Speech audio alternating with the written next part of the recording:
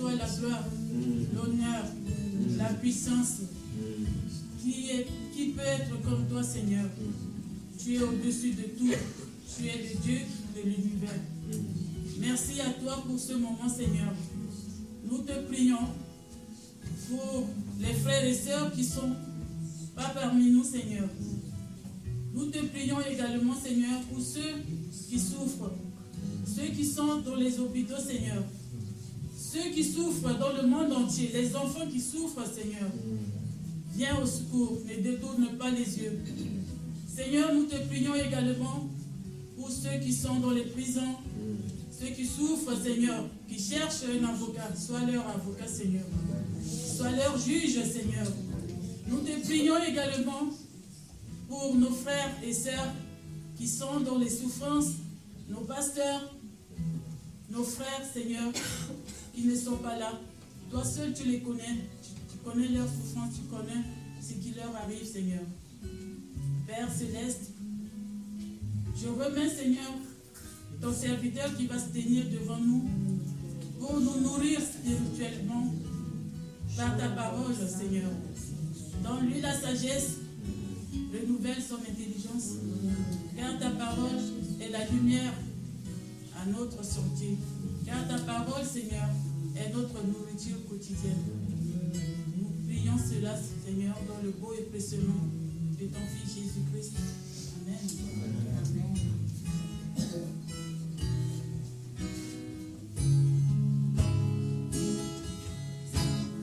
Toi la lumière qui a vu nos ténèbres, ouvre mes yeux, je veux voir. Grâce et beauté que mon cœur adore, mon âme aspire après toi. Oui, je te célèbre et je me prosterne. Je veux proclamer ta majesté. En toi tout n'est que grâce, tout est admirable. Que tu es si grand et bon pour moi. Moi de tout temps, vers toi vont nos hommages, la gloire au plus haut des cieux. Sur cette terre, tu t'es fait misérable, un des petits par amour. Oui, je te célèbre et je me prosterne. Je veux proclamer ta majesté. En toi tout n'est que grâce, tout est admirable. Que tu es si grand et bon pour moi. Oui, je te célèbre, oui, je te célèbre et je me prosterne. Je veux proclamer ta majesté. En toi tout n'est que grâce, tout est admirable. Que tu es si grand et bon pour moi. Je ne saurais jamais le prix de tout ce que tu as subi. Je ne saurais jamais le prix de tout ce que tu as subi. Je ne saurais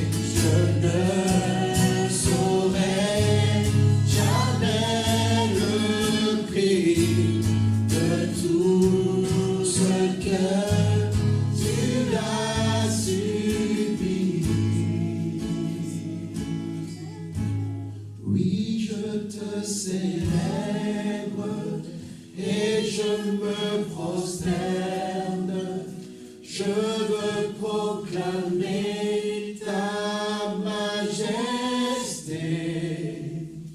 En toi tout n'est que grâce, tout est admirable. Dieu, tu es si grand et bon pour moi. Oui, Seigneur, tu es grand et tu es bon pour nous. Tu es bon pour chacun de nous ici. Tu es bon pour ton Église. Nous te remercions, Seigneur, parce que tu veux aussi, Seigneur, nous parler ce matin. Je prie, Seigneur, vraiment que tu nous parles au travers de Paul ce matin, au travers le message que tu as mis sur son cœur, Père, pour ton Église. Seigneur, je prie pour que ça puisse pas simplement être un message de plus, mais un message, Seigneur, pour notre âme, un message, Seigneur, qui va nous apprendre, Seigneur, des nouvelles choses, un message qui est une semence qui va être semée, Seigneur, sur la terre de nos cœurs ce matin. Rends-nous attentifs, Seigneur, à ta voix. Parle-nous, Seigneur. Nous voulons rentrer chez nous, Seigneur, avec une graine, Seigneur, de cette bonne semence. Et nous voulons, Seigneur, que cette semence aussi grandisse dans nos vies, pour que nos vies puissent aussi aller de l'avant. Nous te bénissons, Seigneur, parce que tu es le maître des temps et des circonstances. Tu es le maître, Seigneur, de nos circonstances. Tu es le maître, Seigneur, de nos temps. Alors, Seigneur, nous prions pour que rien ne puisse, Seigneur, affaiblir notre foi. Rien ne puisse nous détourner, Seigneur, de ton chemin. Nous avons besoin de toi, nous avons besoin de ta parole. Bénis chacun de nous, Seigneur, ce matin. Au nom de Jésus. Amen. Les enfants, vous avez un programme ce matin, je crois. Oui. On peut prier pour aussi, justement, pour commencer. Seigneur, merci, Seigneur. Bénis nos enfants, Seigneur. Bénis les ados qui vont les enseigner, transmettre ce qu'ils ont reçu. Seigneur, que tu les bénisses, Seigneur, qui vont apprendre ta parole, qui va aimer ta parole, Seigneur. Que tu les parles à leur petit cœur et qui vont te suivre jusqu'à la fin de leur vie. Amen. Merci, Marianne. En fait, le message, c'est un peu la continuation de ce qu'on a vécu ce matin dans le louange. Et donc, on va continuer à lire Daniel. Donc, tourner à Daniel. Donc, l'année dernière, j'ai commencé par parler de Abraham, d'Isaac, de Jacob, qui est devenu Israël, après, par la suite. Et la semaine dernière, la dernière fois que j'ai partagé, on a lu Daniel 1, versets 1 et 2. On a regardé les derniers rois, les rois de Juda, les derniers rois qui ont vécu, donc la famille de Joachim. Et on a vu aussi qu'ils ont perdu contre le roi de Babylone. Et donc ce matin, j'aimerais continuer donc de verset 3 à verset 7. Daniel 1, verset 3 à 7. Et aujourd'hui, j'aimerais qu'on étudie un peu un homme qui s'appelle Ashpenaz. Ashpenaz. C'est pas quelqu'un qu'on en parle beaucoup dans la Bible, mais ce matin, j'aimerais qu'on parle de lui au début. Et à la fin, on va parler d'Israël. Donc, on va lire ensemble. Daniel 1, verset 3. Le roi donna ordre, donc là c'est le roi de Babylone, donne l'ordre à Ashpenaz, le responsable des 16 eunuques, de faire venir quelques Israélites de son royal ou de la famille noble. Ce devrait être de jeunes garçons sans défaut physique. Des garçons qui sont beaux, doués de perspicacité et de sagesse, instruits et intelligents, capables de servir dans le palais du roi. On leur enseignerait la littérature, la langue des Babyloniens, le roi le réservait pour chaque jour une portion des plats servis à sa table et du vin de ses banquets. Il voulait les former pendant 3 ans et la suite de laquelle ils entraînaient à son service. Il y avait parmi eux des Judéens, Daniel, Hanania, Michaël et Azaria. Donc, on va parler un petit peu de Ashpenaz.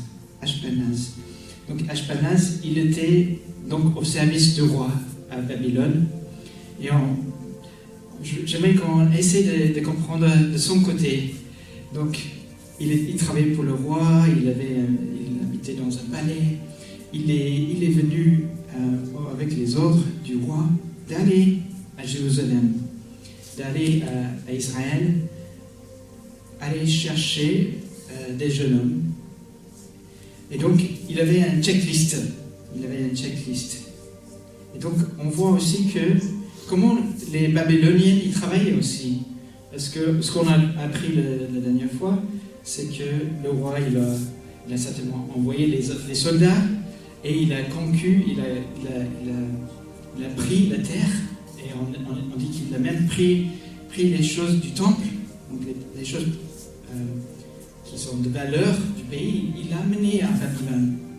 Et après, on voit que maintenant il envoie une équipe pour aller prendre les meilleurs, les tops des tops des élèves du pays pour les amener, pour les former, pour qu'ils puissent servir le roi de Babylone.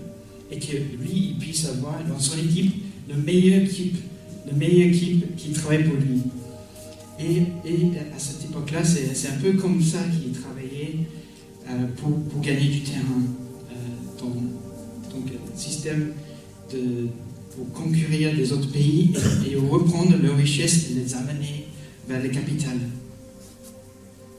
Donc, Ashpenaz, il est parti, il est allé voir en Israël, et puis il est arrivé en Judée. Et à Judée, on peut imaginer peut-être, donc c'est un pays, Israël n'existe plus. Et on a appris quand même qu'Abraham, il a reçu les promesses que de ce pays, on va avoir le Messie et tout ça. Donc ils avaient les promesses que Dieu les a mis dans leur cœur. Mais là, il se trouve qu'ils sont sans pays. Ok, donc on va voir le côté Ashpenaz, donc il arrive donc maintenant c'est le pays à eux, c'est le pays, et il va essayer de trouver quels sont les gens qui vont servir avec lui, le roi. Alors on voit qu'il a une checklist, on peut peut-être écrire la checklist. Donc le premier, en fait, c'est dans le verset 2. Le premier dans notre checklist, c'est qu'il faut qu'il trouve un Israélite de sang royal. Sang royal. Sang royal. Ok, donc ça c'est la première case. Donc on peut imaginer qu'il y a il est venu avec une équipe, j'imagine. Ashpenaz, il est venu avec une équipe et puis ils sont allés aller chercher des jeunes hommes de sang royal. Après, c'était quoi? Donc il a tous les gens de sang royal. Après, il fait le tri encore. Donc, verset 3, le premier, c'était des jeunes garçons. Des garçons. Jeunes garçons. Ok. Jeunes garçons. Ok. Donc, on sait que dans l'histoire, donc Daniel c'est un livre d'histoire. Donc, c'est pour ça qu'on va dans les détails dans l'histoire. Et c'est important de le regarder comme une histoire. Et l'histoire, c'est important aussi parce que quand on regarde les histoires, on peut apprendre des erreurs des autres et on peut apprendre et la mettre en pratique aujourd'hui pour nous façonner pour notre futur. Et donc c'est important de regarder le passé. Ok, donc des jeunes garçons. Donc il a fait encore le tri. Il a trouvé des jeunes garçons. Donc on peut imaginer, il avait un queue de tous les jeunes garçons qui attendaient le entretien d'embauche pour les grandes écoles de Babylone. Ok, donc on sait aussi que Daniel, dans l'histoire qui est écrite, Daniel il avait l'âge autour de 17 ans. Donc il était assez jeune. Donc de sang moyen, bien sûr. Ok, donc on a ce groupe de jeunes là, et on peut imaginer, ils sont dans le queue là, ils n'ont plus d'identité vraiment parce qu'ils ont perdu le pays, ils ont tout à fait raison de ne pas vouloir partir. Et là, il faut qu'ils cochent toutes les cases pour partir en formation avec les Babylone. Au Babylone. Donc, on peut essayer d'imaginer les scènes, ce que eux ils étaient en train de vivre aussi dans le queue, en attendant de venir voir Aspenaz et pour leur entretien. Ok. Donc, un autre cas, c'était son défaut physique, défaut physique. Ok, il y avait un autre là. Il y avait 9 en tout, je crois. Doué de. Ah bah ouais, voilà. En fait, mais j'ai un mot plus simple en fait. Ça veut dire il a percuté. En fait, c'est un jeune homme qui est logique, qui est rapide sur ses pensées. Et donc, rapidement, il peut comprendre les choses, il peut percuter les choses. Il faut qu'il soit doué de sagesse. On peut mettre un autre cas de sagesse. Est-ce que, donc, on peut imaginer, pendant l'entretien, il posait des questions à Daniel et ses amis, et qu'est-ce que vous en pensez de ça? Et pour peut-être même faire des calculs, hein, pour voir s'il était instruit. Donc ça c'est le prochain, hein, je crois. Instruit. Un autre cas c'était intelligent. Un autre cas, intelligent. Un autre, donc capable de servir. Intelligent. Non, il n'y a qu'un seul. Ah ouais. C'est bien ça. Oui, c'est ça. Capable de servir. Donc ça c'est le prochain. Donc capable de servir. Quelqu'un qui va être loyal, qui va servir le roi avec son équipe tout coup. Hein.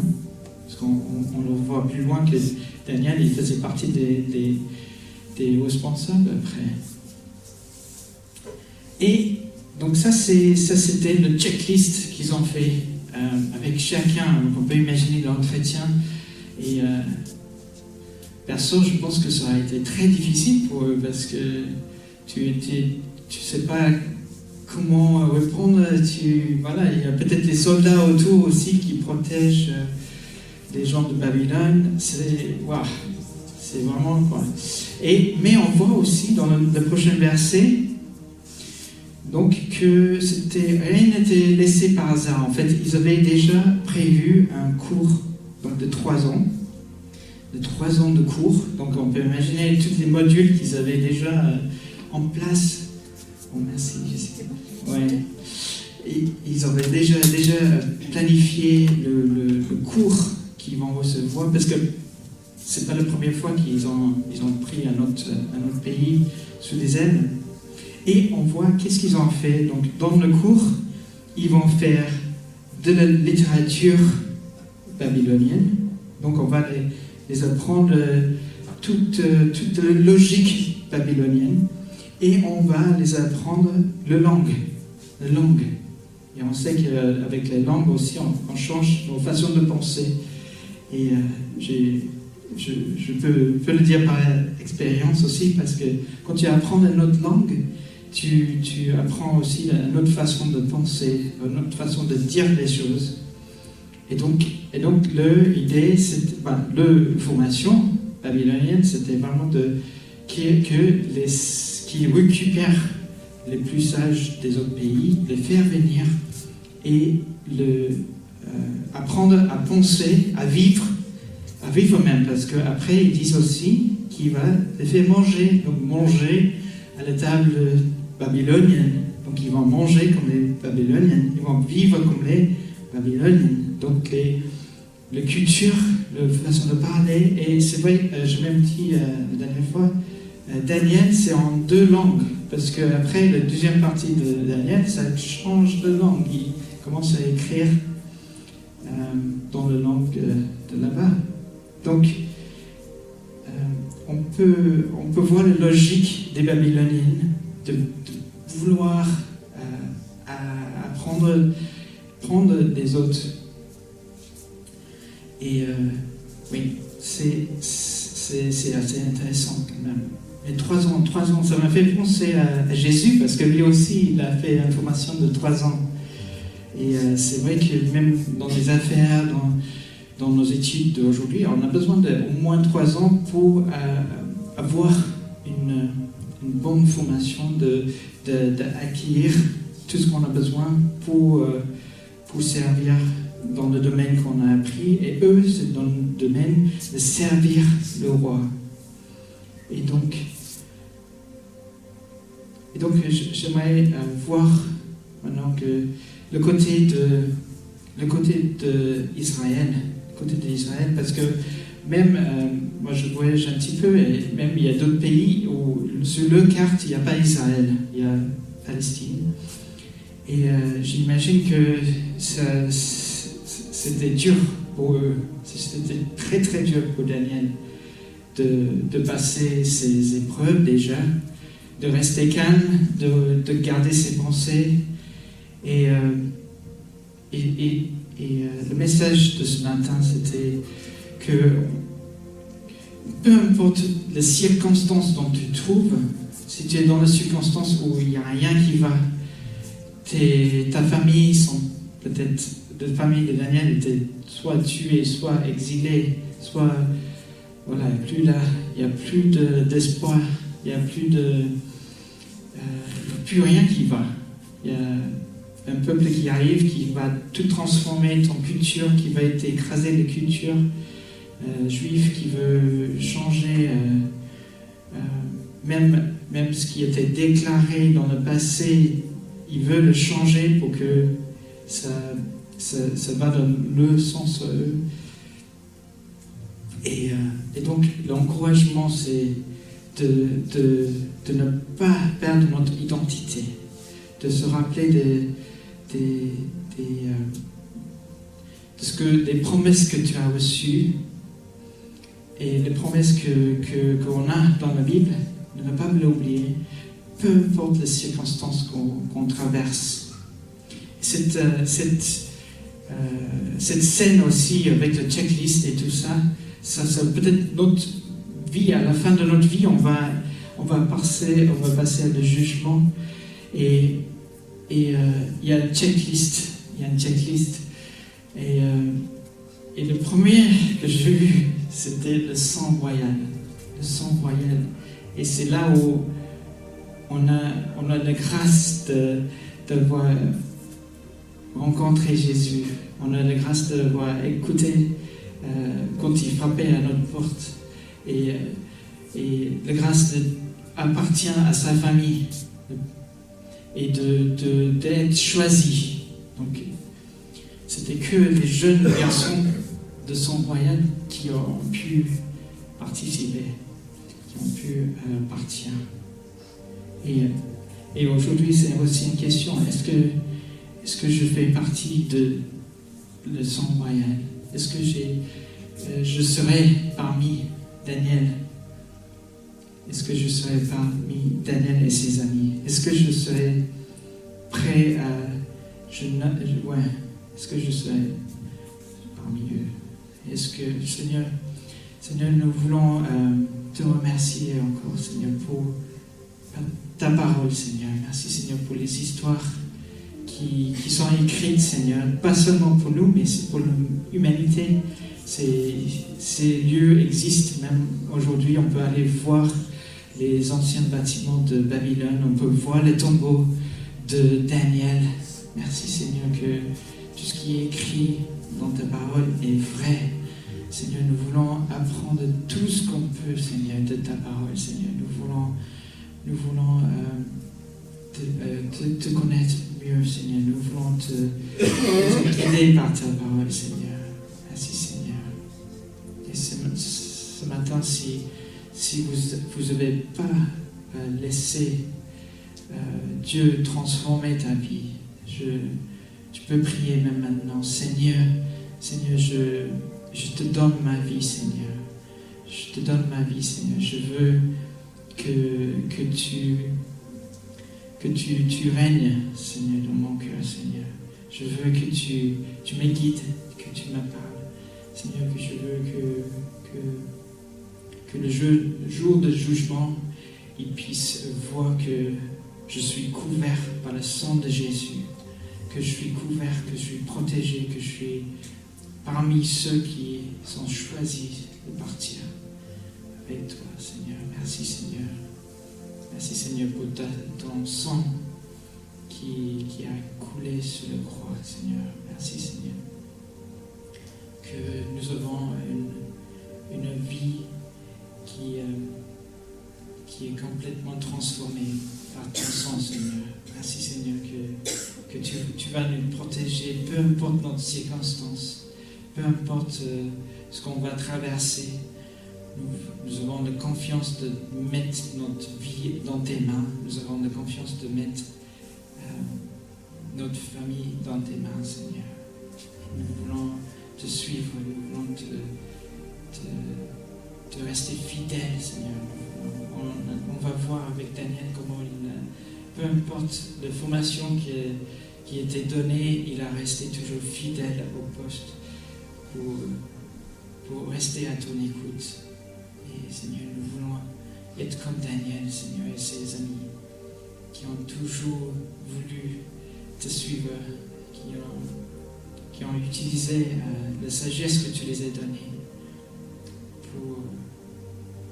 pour être ton témoin, Seigneur. Merci, Seigneur. Amen.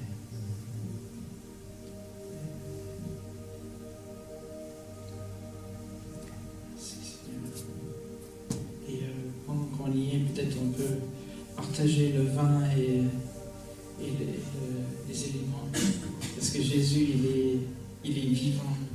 Jésus, il est là avec nous et il vit avec nous et son esprit nous guide.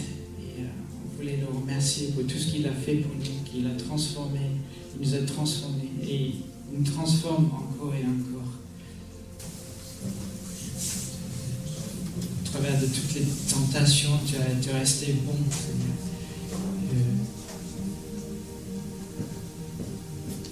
Tu t'es allé jusqu'au bout, Seigneur. Que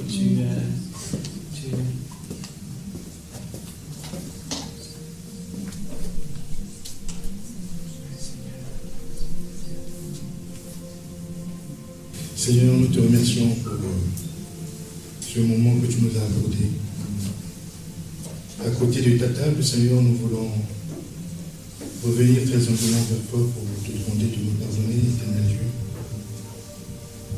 Devant ce pain et devant ce vin, Seigneur, nous voulons nous rappeler de ta mort et de ta résurrection. Nous voulons, éternel Dieu, louer l'œuvre de la croix. Merci pour tout ce que tu as fait pour nous. Et nous voulons nous souvenir, éternel, de ce passage à la croix qui nous a fait de nous le co-héritier du trône. Éternel Dieu, bénis ce pain, bénis cela. Fais en sorte que ce moment que nous partageons puisse être des moments de gloire devant toi. Que les anges au ciel soient dans la joie, éternel Dieu, parce que nous commémorons ta mort et ta résurrection. Au nom de Jésus-Christ, nous t'avons ainsi prié. Amen.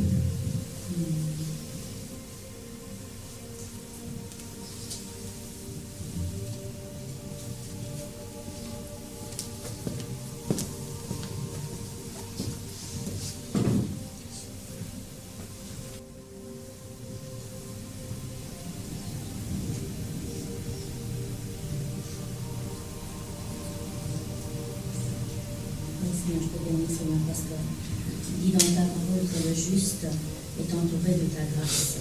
Et Seigneur, je te remercie, Seigneur, parce que cette grâce, Seigneur, c'est à la croix que tu me l'as donnée. Seigneur, aujourd'hui, nous pouvons nous déclarer juste parce que tu as donné ta vie pour nous. Nous pouvons dire que nous sommes entourés de ta grâce parce que tu as donné ta vie pour nous. Et Seigneur, quel bonheur, Seigneur, de savoir qu'aujourd'hui ta grâce nous entoure, qu'aujourd'hui ta grâce nous accompagne, qu'aujourd'hui ta grâce nous guide, nous dirige. Seigneur, je te bénis. Merci, Seigneur, parce que, Seigneur, tu as dit, je vous donnerai, Seigneur, des trésors cachés, des richesses enfouies. Et Seigneur, je te remercie, Seigneur, parce que dans ta parole, nous allons trouver ces trésors cachés, ces trésors enfuis, parce que tu nous appelles par notre nom. Et Seigneur, tu as pour chacun d'entre nous, Seigneur, des trésors cachés, des richesses enfouies, afin pour ces derniers temps. Et Seigneur, je sais, Seigneur, que tu vas nous les révéler, afin que ce monde change. Nous allons remplir des stades, nous allons écrire des livres, nous allons encore faire des choses pour toi, parce que tu n'as pas fini, tes trésors sont cachés, tes richesses sont encore enfouies, mais tu l'as réservé pour ces derniers temps.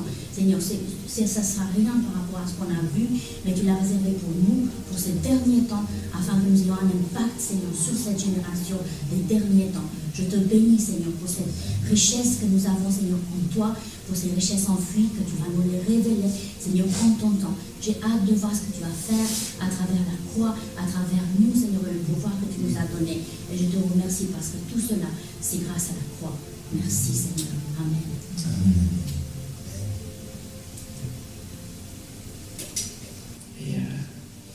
Et Seigneur, merci, Seigneur, que dès qu'on est sauvé, Dieu te voit à notre place.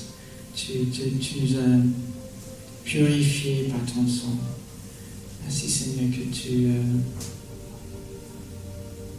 Seigneur, que tu nous aides aussi à être transformés par toi, jour après jour, Seigneur, que tu transformes nos pensées, Seigneur, qu'on puisse apprendre chaque jour à marcher selon tes pas, selon ta volonté. Seigneur, que tu nous donnes la parole à donner à nos frères et sœurs, que tu nous donnes la parole à donner à nos collègues. Seigneur, qu'on puisse être un témoin comme Daniel, même si on est dans une autre culture, même si les choses autour de nous ne sont pas ce qu'on vit avec toi. Merci, Seigneur, peu importe notre circonstance, on va rester dans notre foi.